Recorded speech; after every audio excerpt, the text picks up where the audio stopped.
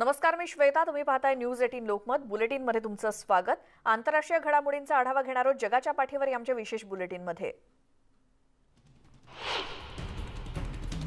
एकीकडे कोरोना संक्रमण वाढत असलं तरी 19 जुलै नंतर निर्बंध कायम ठेवण्याचं एकही कारण दिसत नाही असं मत ब्रिटनचे नवे आरोग्य मंत्री साजिद जावेद यांनी म्हटलंय. 19 जुलै नंतर देशासाठीच्या एका नवीन अंकाची सुरुवात होईल असा विश्वास त्यांनी व्यक्त केला. दरम्यान सोमवारच्या माहितीनुसार 22,868 इतके नवीन कोरोनाबाधितांची नोंद तोपर्यंत झाली होती. 19 जुलैपासून कोरोना निर्बंध उठवण्यात अडचण येणार नसल्याचा विश्वास ब्रिटनचे पंतप्रधान बोरिस जॉन्सन यांनी व्यक्त केलाय. येणाऱ्या 3 आठवड्यात आणखी 50 लाख नागरिकांचं लसीकरण करणार असल्याचं ते म्हणाले. एप्रिलमध्ये कोरोना रुग्णांची वाढ झाली, पण मृतांच्या संख्येमध्ये घट होत असल्याचं त्यांनी सांगितलं. डेल्टा व्हेरियंटच्या वाढणाऱ्या संसर्गाबद्दल युरोपियन महासंघानं चिंता व्यक्त केली आहे. ऑगस्टच्या अखेरपर्यंत डेल्टा व्हेरियंटचा प्रसार 90% पोहोचेल असा अंदाज तज्ज्ञ व्यक्त करतायत. European centre for disease prevention and कंट्रोलकडून दिली जाणारी माहिती काहीशी चिंता वाढवणारी असल्याचं महासंघाचे उपाध्यक्ष मार्गारेटिस यांनी म्हटलं.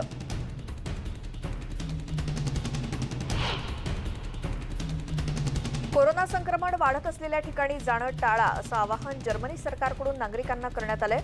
ब्रिटनहून जर्मनीला येणाऱ्या नागरिकांना 14 दिवस क्वारंटाईन राहावं लागणार आहे आणि मंगळवारपासून पोर्तुगाल आणि रशियाप्रमाणेच निर्बंध जर्मनीत सुद्धा लागू केले जाणार आहेत.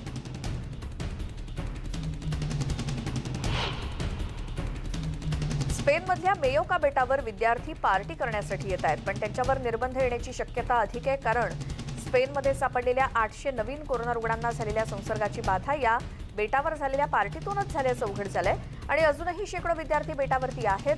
काहींना हॉटेलमध्ये ठेवण्यात आलंय, तर सौम्य लक्षणं असलेल्या विद्यार्थ्यांना विलगीकरणामध्ये ठेवण्यात आलंय. 9 विद्यार्थ्यांना खबरदारीचा उपाय म्हणून स्थानिक रुग्णालयात दाखल करण्यात आलंय.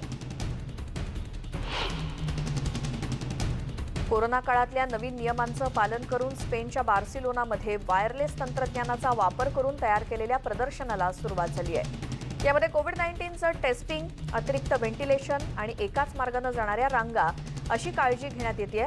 या प्रदर्शनाला भेट देणाऱ्यांना मास्क घालणं बंधनकारक आहे. तसंच MWCच्या अधिकृत ॲपमुळे त्यांची टेस्ट निगेटिव्ह येते की पॉझिटिव्ह हे लगेचच समजतंय आणि मग त्यांना आतमध्ये प्रवेश दिला जातोय. स्पेनमध्ये लोकांनी सुरक्षिततेचं अंतर कमीत कमी 1.5 मीटर पाळलं तर त्यांना बाहेर मास्क घालण्याची गरज नाही, पण सार्वजनिक वाहतूक आणि सार्वजनिक ठिकाणी इंडोर मास्क घालणं बंधनकारक आहे. रशियाच्या याकोस्लावल या शहरातील प्रसिद्ध सर्कसच्या ठिकाणी सोमवारपासून लसीकरण केंद्र उभारण्यात आलंय. लसीचा पहिला डोस घेतलेल्या नागरिकांना सर्कसचं मोफत तिकीट दिलं जाणार आहे. मॉस्कोत सुद्धा रेस्टॉरंट्स, कॅफेज आणि बार्समध्ये लसीकरण झालेल्या नागरिकांनाच प्रवेश दिला जातोय. 6 महिन्यांपूर्वी कोरोनामुक्त झालेले नागरिक किंवा 72 तासांपूर्वी कोरोना चाचणी झालेले नागरिक रिपोर्ट दाखवून रेस्टॉरंटमध्ये जाऊ शकतात. रशियातल्या साखरोवो इथल्या स्थलांतरितांसाठी लसीकरण केंद्राचं मॉस्कोच्या महापौरांच्या हस्ते उद्घाटन करण्यात आलं. गेल्या आठवड्यापासून कोरोना रुग्णसंख्येत मोठ्या प्रमाणात वाढ होतेय. 21,650 नवीन कोरोनाबाधितांची नोंद झाल्याचं टास्क फोर्सच्या वतीनं सांगण्यात आलं.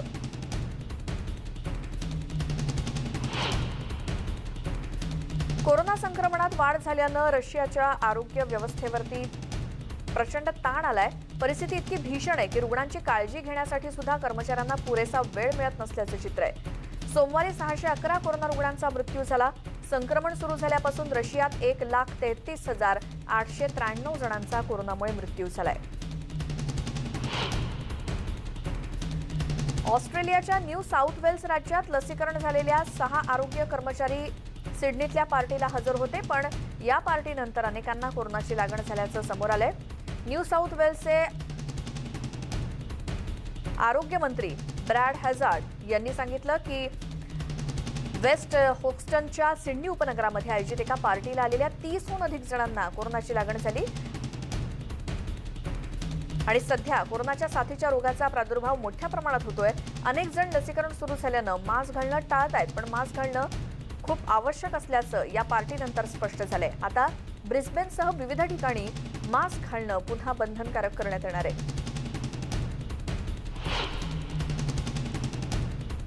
डेल्टा व्हेरियंटमुळे तरुणांनी लवकरात लवकर लस घेण्याचं आवाहन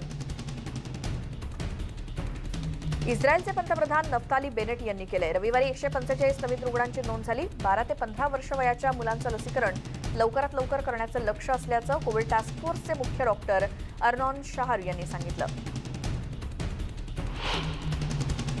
फिजीमध्ये कोरोनाच्या वाढत्या संसर्गामुळे आरोग्य व्यवस्थेवर प्रचंड ताण आलाय. अर्थव्यवस्था सुद्धा कोलमडली आहे. बेरोजगार लोकांना शेतकरी बनण्यासाठी सरकारला आता रोख रक्कम आणि साहित्य पुरवावं लागतंय. पहिल्या लाटेत फिजीला मोठा फटका बसलेला नव्हता, पण आता मात्र डेल्टा व्हेरियंटमुळे दररोज जवळपास 250 नवीन रुग्णांची नोंद होते आणि पर्यटन बंद असल्यानं रोजगारावरती परिणाम झालाय.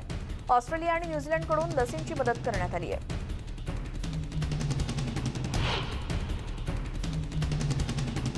अमेरिकेमध्ये सियाटलमध्ये पुन्हा उष्णतेनं उच्चांक गाठलाय. पॅसिफिक नॉर्थवेस्टमधून आलेल्या उष्णतेच्या लाटेमुळे सियाटलमध्ये उन्हाळा चांगलाच वाढलाय. 2009 मध्ये 103 डिग्री सेल्सिअस तापमानाचा रेकॉर्ड सोमवारी मोडला. सोमवारी तर 104 डिग्री सेल्सिअस इतक्या तापमानाची नोंद झाली. तापमान 110 अंशांपर्यंत वाढण्याची शक्यता आहे. आणि एरवी जूनमध्ये सियाटलमध्ये इतकं तापमान नसतं, मात्र प्रचंड उष्णतेमुळे शाळा व्यवसाय बंद ठेवण्यात आलेत. इंडोर पूल्समुळे उष्णतेमुळे इंडोर पूल्स सुद्धा सध्या बंद ठेवण्यात आलेत.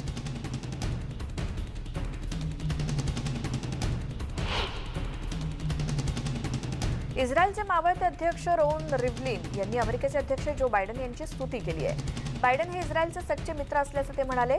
मध्य पूर्वमध्ये अण्वस्त्र संघर्ष नसेल असं बायडन म्हणालेत आणि इराणच्या अण्वस्त्र कार्यक्रमावरती त्यांनी हे मत व्यक्त केलं. रिव्हलिन यांच्या अध्यक्षपदाचा कार्यकाळ संपत आलेला आहे. येत्या काही दिवसात इस्रायलचे पंतप्रधान नफ्ताली बेनेट यांना व्हाईट हाऊसमध्ये निमंत्रण देणार असल्याचं बायडन यांनी आश्वासन दिलं असं रिव्हलिन म्हणाले. अमेरिकेचे अध्यक्ष जो बायडन यांनी इस्रायलचे राष्ट्राध्यक्ष रिव्हलिन यांची भेट घेतली.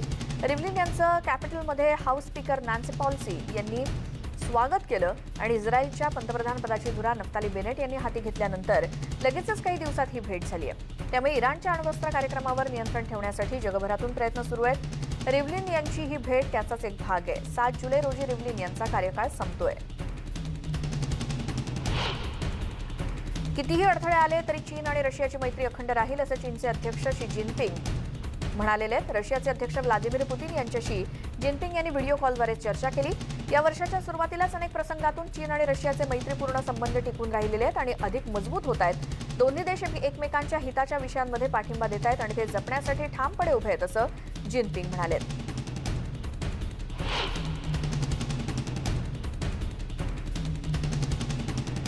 इमारत कोसळून झालेल्या घटनास्थळी सलग 5व्या दिवशी शोध आणि बचाव कार्य सुरू आहे. अजूनही काही जण जिवंत सापडू शकतील अशी आशा बेपत्ता लोकांच्या कुटुंबियांना वाटते.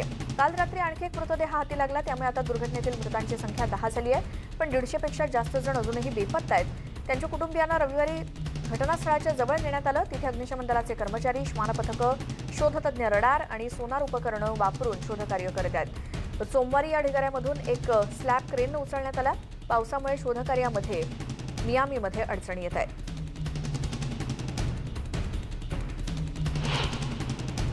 मियामीतली ही इमारत कोसळल्यानंतर लगेचच काही वेळात डॉक्टर हॉवर्ड लिबरमॅन तिथे पोहोचले. त्यांना ट्रॉमा सर्जन म्हणून इथे पाठवण्यात आलं होतं. ते ढिगाऱ्याखाली अडकलेल्यांना तातडीनं बाहेर काढून त्यांच्यावरती उपचार करण्याची गरज होती. पण परिस्थितीनुसार त्यांनी शोध आणि बचाव कार्याचे प्रमुख म्हणून लगेचच 5 जणांचा गट स्थापन करून काम सुरू केलं. तिथल्या ढिगाऱ्यामध्ये 90 अंश तापमानात जवळपास 12 तास ते काम करत होते. जेव्हा बेपत्ता लोकांच्या नातेवाईकांना या ठिकाणी आणण्यात आलं तेव्हा डॉक्टर हॉवर्ड आणि त्यांची टीमही भावना रोखू शकले नाहीत. तर मियामीची शोध आणि बचाव पथकं जगामध्ये सर्वोत्तम समजली जातात. आतापर्यंत त्यांनी अनेक महत्त्वाच्या दुर्घटनांमध्ये मोलाचं काम केलंय. वर्ल्ड ट्रेड सेंटरवर झालेल्या हल्ल्यानंतर तिथला ढिगारा उपसण्याचं काम, तसंच हैती, मेक्सिको आणि फिलिपाईन्समध्ये भूकंप झाल्यानंतर तिथे पथकांनी अत्यंत महत्त्वाचं काम केलं. अनेक टन सिमेंट आणि वितळलेल्या मेटलच्या ढिगाऱ्यातून जिवंत माणसांना शोधणं हे अत्यंत आव्हानात्मक काम त्यांनी मियामीत सुद्धा केलं. दुर्घटना होऊन 5 दिवस झाले तरीही हे काम सुरू आहे. आतापर्यंत 10 जणांचा मृत्यू झालाय तर 150 पेक्षा जास्त जण बेपत्ता आहेत. त्यामुळे मृतांची संख्या वाढण्याची भीती आहे.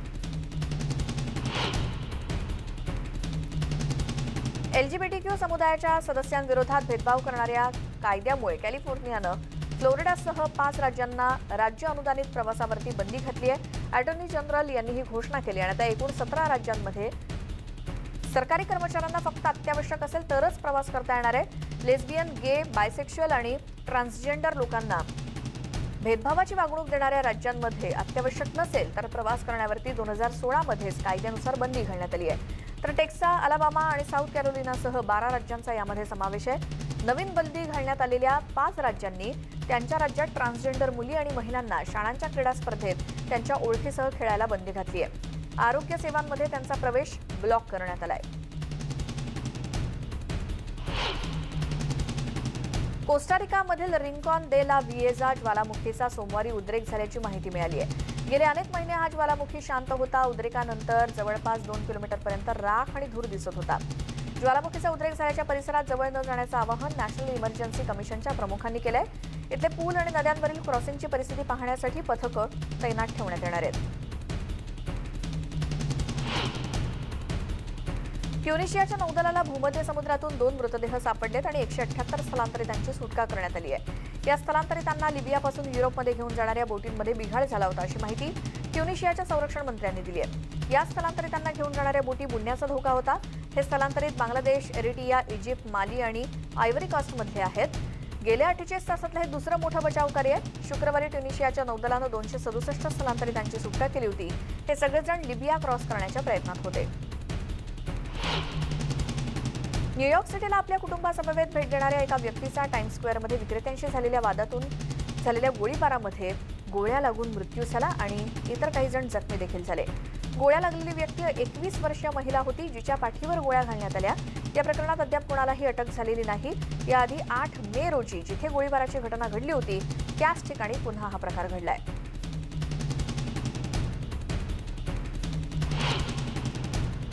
कोलोरॅडोच्या जंगलामध्ये जिथे मागच्या वर्षी मोठ्या प्रमाणात आग लागली होती तिथे यंदा मुसळधार पावसामुळे दरड आणि माती कोसळण्याच्या घटना घडल्या आहेत. त्यामुळे सोमवारी या भागात पूर्णपणे प्रवेशबंदी करण्यात आली होती. कोलोरॅडोच्या मुख्य पूर्व-पश्चिम महामार्गावर चिखलाचं साम्राज्य पसरलं होतं. हा चिखल 70 फूट लांबीपर्यंत अरुंद आणि 5 फूट खोल इतका पसरलेला होता. शनिवारी महामार्ग अनेक तास बंद होता. पेरूचे अध्यक्षपदाचे उमेदवार किको फुजिमोरी यांनी सोमवारी सरकारला आंतरराष्ट्रीय संस्थांना 6 जूनच्या अध्यक्ष निवडणुकीचं ऑडिट करण्यास परवानगी देण्याची विनंती केली. पेद्रो कॅस्टिलो यांनी घोटाळा केल्याचा आरोप विरोधकांकडून केला जातोय, मात्र त्याबद्दलचे काही ठोस पुरावे त्यांच्याकडे नाहीत. मतदान केंद्रावरती घोटाळा झाला असल्याचं सांगत फ्युर्जा पॉप्युलर पक्षानं संपूर्ण निवडणूक अहवाल रद्द करण्याचीच मागणी केली. या वादावरून पेरूच्या या निवडणुकांचे निकाल अजूनही खोळंबलेलेच आहेत.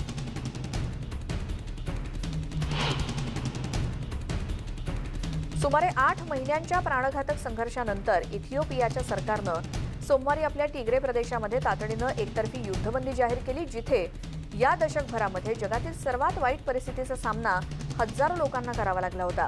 फेडरल सरकारनं नियुक्ती केलेल्या टिग्रे अंतरिम प्रशासनानं प्रांतीय राजधानी मेकले इथून पळ काढला आणि मानवतेच्या कारणास्तव युद्धबंदीची मागणी केली, जेणेकरून आवश्यक ठिकाणी योग्य ती मदत पोहोचवता यावी म्हणून हा निर्णय घेतल्याचं सांगितलं जात आहे.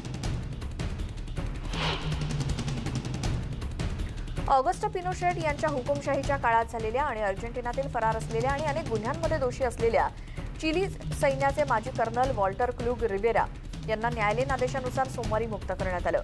इंटरपोलच्या जवानांनी त्यांना 12 जून रोजी ब्युएनोस एअर्स इथे पकडलं होतं. रिवेराला 2014 मध्ये चिलीच्या सर्वोच्च न्यायालयानं 7 एंडेसा कामगारांच्या हत्येच्या आरोपात देखील 10 वर्ष तुरुंगवासाची शिक्षा सुनावली होती. युरो स्पर्धेत क्रोएशियाच्या चाहत्यांनी त्यांच्या बाजूचा 5-3 असा पराभव सोमवारी जारेबर्गमधील मुख्य चौकामध्ये हा सामना पाहिला. अल्वारो मोर्ता आणि मिकेल ओयर्झाबाल यांनी अतिरिक्त वेळेमध्ये गोल करून स्पेनला युरोपियन चॅम्पियनशिप उपांत्यपूर्व फेरीमध्ये स्थान मिळवून दिलं. मिस्लाव ऑर्सिकनं 85व्या मिनिटाला क्रोएशियाकडून तो मागे पडला, मात्र मारिओ पास्लिकनं दुखापत होऊन सुद्धा यावेळी बरोबरी साधली आणि ओयर्झाबालनं 3 मिनिटांनंतर आघाडी घेतली आणि स्पेनचा विजय निश्चित झाला. तर युरो 2020 मध्ये फ्रान्सला सोमवारी स्वित्झर्लंडनं हरवलं. युरोपियन चॅम्पियनशिपमध्ये सोडलेल्या स्वित्झर्लंडचा तेही चॅम्पियनशिपमध्येच सोडलेल्या गोलकीपर यान सोमरनं आपल्या दुसऱ्या मुलीच्या जन्मासाठी आपल्या पत्नीसोबत राहण्याचा निर्णय घेतलाय आणि स्विसनं सोमवारी वर्ल्ड चॅम्पियनशिपमध्ये फ्रान्ससोबत पेनल्टी शूटआउट जिंकून 67 वर्षामध्ये प्रथमच या स्पर्धेच्या उपांत्यपूर्व फेरीमध्ये स्थान मिळवलं. बुखारेस्टमधील नॅशनल अरेनातून चाहत्यांच्या या अशा प्रतिक्रिया येत होत्या. हमास नेते इस्माईल हनिये यांनी सोमवारी लेबनॉनच्या नेत्यांशी चर्चा केली. हनिये यांनी राष्ट्राध्यक्ष मिशेल आऊन आणि काळजीवाहू पंतप्रधान हसन डायब यांची भेट घेतली. मे महिन्यात गाझा अतिरेकी आणि इस्रायल यांच्यामध्ये 11 दिवस चाललेल्या संघर्षाच्या पार्श्वभूमीवर झालेल्या भेटीत ते इतर अनेक अधिकाऱ्यांची भेट घेणार होते आणि हमासच्या नेत्यांनी नुकताच पॅलेस्टाईनच्या सलोख्याच्या चर्चेसाठी इजिप्तला भेट दिली आणि लेबनॉनला भेट देण्यापूर्वी मोरोक्को आणि मॉरिटानियाचा सुद्धा त्यांनी प्रवास केला. ब्रिटनची राणी एलिझाबेथ द्वितीय आणि प्रिन्स विल्यम्स यांनी सोमवारी स्कॉटलंडमधील सॉफ्ट ड्रिंक कारखान्याला भेट दिली. राणी आणि तिचा नातू यांनी कमरनॉल्ट येथील कारखान्याला एजी बार संयंत्र सुद्धा भेट दिलं. ही कंपनी इरनब्रू सोडा तयार करते. स्कॉटिश संस्कृती साजरा करणारे होलरूड सप्ताहाचा एक भाग म्हणून राणी आपल्या वार्षिक भेटीसाठी सध्या स्कॉटलंडमध्ये आहेत. इथे एक छोटासा ब्रेक घेतोय. पाहत राहा न्यूज 18 लोकमत.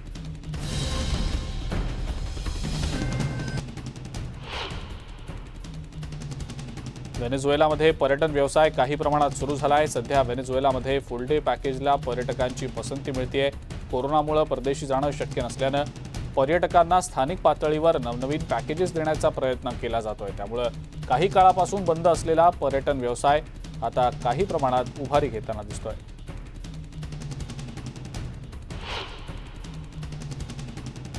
अर्जेंटिनामध्ये 90,000 कोरोना बळींना एका कार्यक्रमाद्वारे श्रद्धांजली अर्पण करण्यात आली. अध्यक्ष अल्बर्टो फर्नांडिस यांच्यासह इतर पक्षांचे नेते आणि अधिकारी यावेळी उपस्थित होते. आरोग्य कर्मचारी आणि इतर अत्यावश्यक सेवेतल्या कर्मचाऱ्यांप्रती सर्वांनी कृतज्ञता व्यक्त केली. फुलं मेणबत्त्या ठेवून कोरोना बळींना श्रद्धांजली अर्पण करण्यात आली. अर्जेंटिनामध्ये 92,317 कोरोना बळींची नोंद झालेली आहे, तर संक्रमितांची संख्या 44 लाखांवर पोहोचलेली आहे. इस्रायलमध्ये नवनिर्वाचित सरकारची मंत्रिमंडळ बैठक रविवारी संध्याकाळी पार पडली. देशातील तरुणाईनं लसीकरण करून घ्यावं असं आवाहन यावेळेला पंतप्रधान नाफ्ताली बेनेट यांनी केलं आहे. डेल्टा व्हेरियंटमुळे गेल्या काही दिवसांपासून संक्रमण पुन्हा वाढतंय. इंडोर कार्यक्रमांना मास्क सक्ती करण्यात आलेली आहे. शनिवारी 113 कोरोना बाधितांची नोंद झालेली आहे. परदेशातून आलेल्यांमार्फत संक्रमण वाढल्याची माहितीही समोर येते.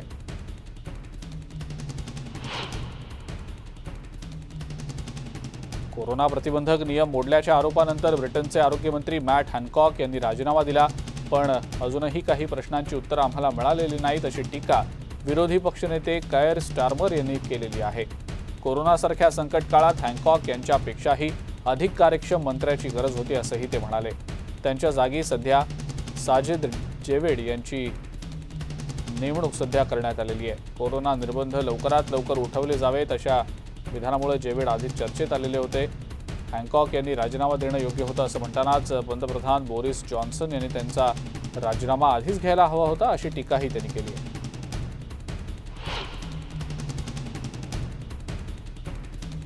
झिम्बाब्वेमध्ये चीनच्या सिनोफार्म लसी